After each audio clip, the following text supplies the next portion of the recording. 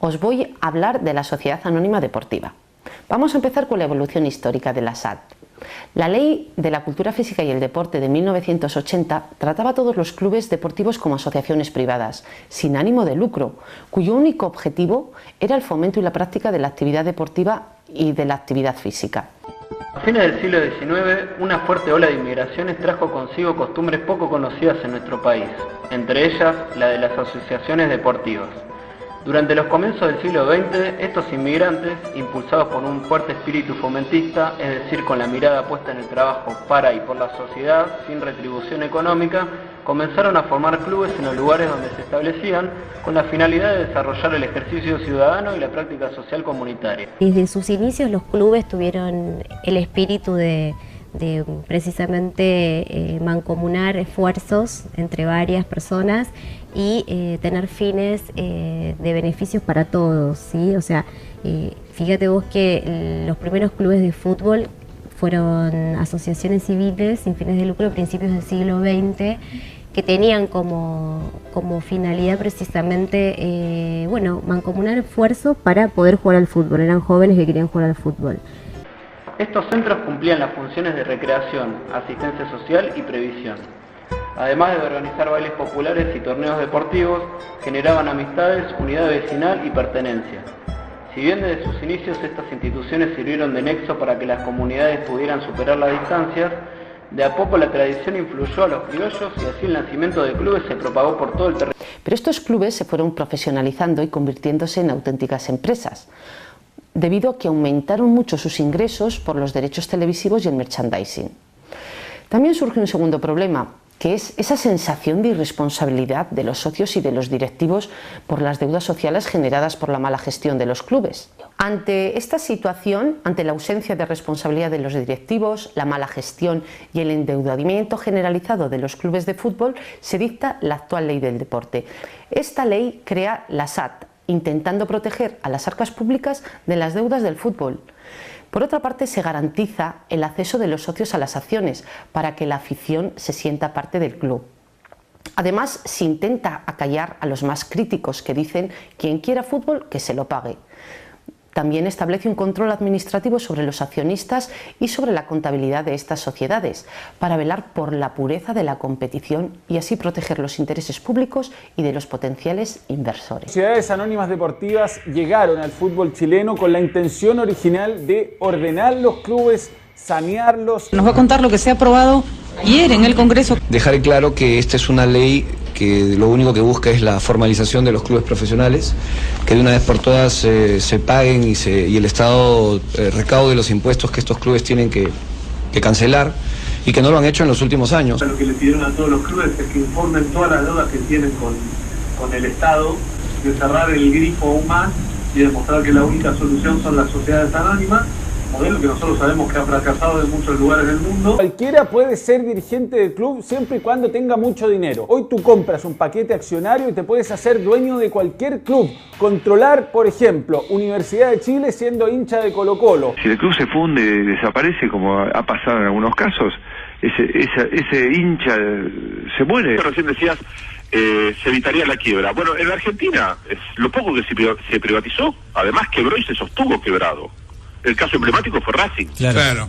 El gerenciamiento de Racing. Lo de Racing fue una vergüenza profunda porque se lo dejó muchos años y ahí está la clave. Bueno, todavía causas pendientes judiciales con los privatizadores, que no fue solo de Tomaso, sino también Fernando Marín. Para manejar Fútbol para Todos, que es un programa que tiene vigencia hasta el 2019, pusieron a Fernando Marín, que viene del gerenciamiento de Racing y que además Mauricio Macri trabajó como vicepresidente de las empresas de Marín, también del ámbito privado. Son 12 los clubes de 16 que forman parte del campeonato, que están en una situación caótica a nivel financiero y económico. Y bueno, busca eso, busca formalizarlos, que se conviertan en sociedades anónimas. ¿Es obligatoria acogerse a esta conversión? Sí, es obligatorio acogerse a esta conversión. Que después de los intentos de privatización, por ejemplo, de la entidad del Club Atlético Boca Juniors, a través de una empresa ISL, el antecedente directo de las empresas que han generado lo que hoy denominamos FIFA Gate, y que han hecho todos los actos de corrupción habidos y por haber en el fútbol mundial, Durante la presidencia del ingeniero Macri en Boca y de Fernando Miele en San Lorenzo, se suscribieron sendos contratos para el gerenciamiento a través de esta empresa del Club Atlético Boca Juniors y de San Lorenzo de Almagro. Como eso logramos impedirlos, después fueron por más. Fueron por las sociedades anónimas deportivas, proyecto de ley. Los dirigentes del fútbol tienen que realmente hacer una autocrítica profunda y ir hacia una reforma. Pero lo más grave, lo peor que tiene este actual sistema de sociedades anónimas deportivas es la omisión total del hincha. No tiene voz, no tiene voto, no tiene nada que decir de quienes gobiernan los clubes. Porque si es una sociedad anónima serán los empresarios los que manejen la institución como una empresa.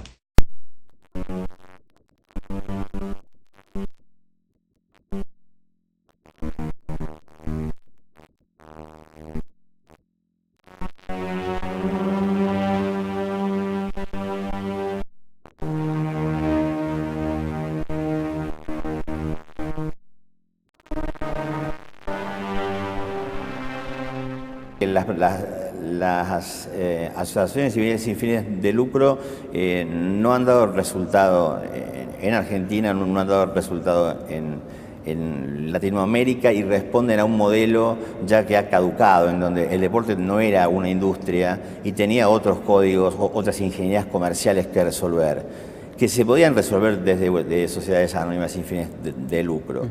Hoy no, hoy creo que los clubes como propiedades deportivas tienen que justamente ser sociedades anónimas, pero no porque el sinónimo de la sociedad anónima sea igual a solucionar todos los problemas, o sea,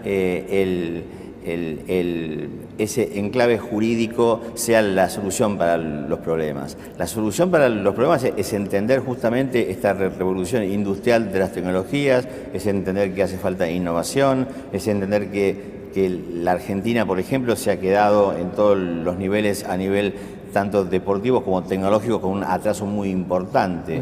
Entonces, cualquier propietario que adquiera, en caso de que hubiese una ley, un club, se encontraría con un sinfín de problemas que no los resolvería de la noche a la mañana, sino con muchísima inversión. E incluso dependería muchísimo del mercado y dependería muchísimo del accionar de las compañías que hoy interactúan brindando tecnología en el país. E incluso de muchas decisiones que dependen del gobierno, a partir de qué empresas tiene, a qué empresas le da sus licitaciones en cuanto a las plataformas tecnológicas, es decir, al juego tecnológico en sí.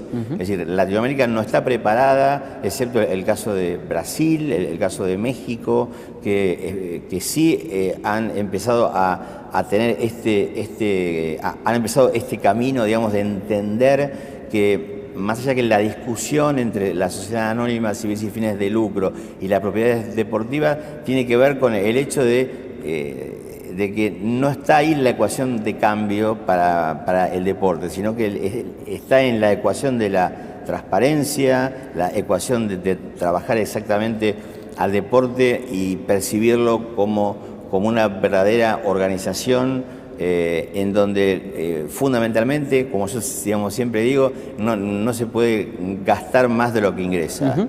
Entonces, puntualmente creo que tiene que haber un fair play, digamos, deportivo en términos generales, pero creo que en Latinoamérica esto es un tema que es cultural. Es decir, no es que el deporte esté por fuera de lo que sucedió con un presidente que lo destituyen en Brasil, o con temas políticos, o con temas que se han vivido en la Argentina, en donde, por ejemplo, el fútbol no se podía comercializar, que son temas que ya rondan aspectos políticos, en donde no debería la política influenciar en ningún caso a un sector económico en particular como es el deportivo, como tampoco lo debería hacer con respecto a cualquier otra industria, ¿no? Sino sí ser regulador en este caso. Pero no es, José, la solución, sino que yo creo que sí, por supuesto, los clubes se organizarían distinto desde ya. Creo que la perspectiva sería mucho mejor.